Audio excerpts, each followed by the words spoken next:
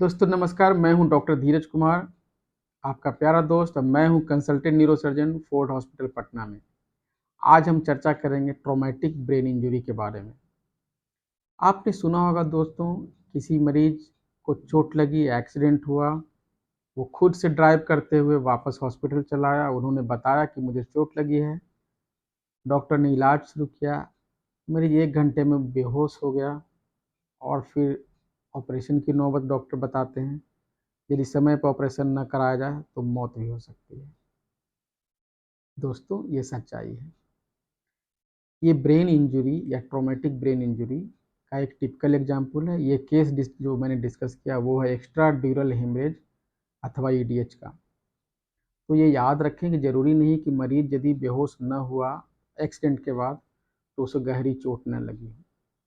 सबसे पहले हम लोग क्या करें, यदि आपको सर में चोट लगी है या न लगी है, इसके पहचान के लिए सीटी स्कैन डॉक्टर की सलाह से ज़रूर करवानी चाहिए।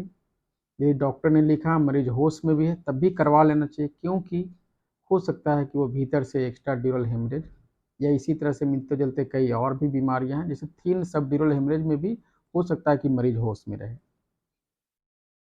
सीटी स्कैन में आमतौर पे सारे तरह के प्रारंभिक जो ब्रेन के चोट हैं वो पकड़ में आ जाते हैं। हो सकता है कि आपको रिपीट सीटी की आवश्यकता पड़े 8 घंटे बाद या 22-24 घंटे बाद, तो वो भी आपको करा लेनी चाहिए।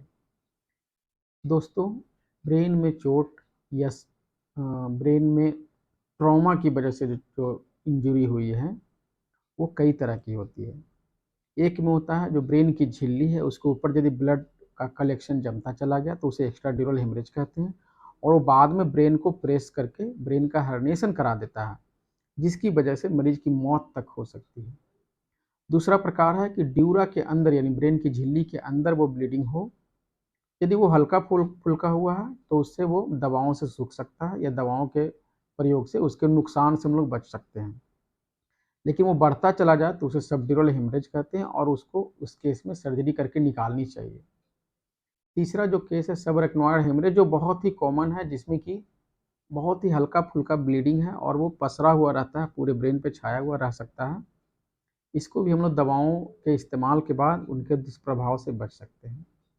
तीसरा जो बहुत ही इम्पोर्टेंट है, ज़्यादा वो बुजुर्गों में होता है कि ट्रिवियल ट्रॉमा हुआ, मैंने हल्का फुल्का चोट लगा, उससे कोई कनेक्टिंग वेंस रप्चर हो गया, बाद में वो ट्रिकल करके बूंद बूंद करके धीरे धीरे वो एक बड़ा हेमरेज बन गया। इसे क्रोनिक सबड्यूरल हेमरेज भी कहते हैं।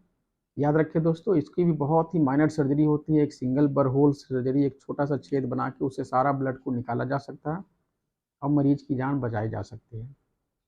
दोस्तों, बहुत शॉर्ट में ये बताऊंगा कि ट्रॉमा के केसेस को अवॉइड न करें।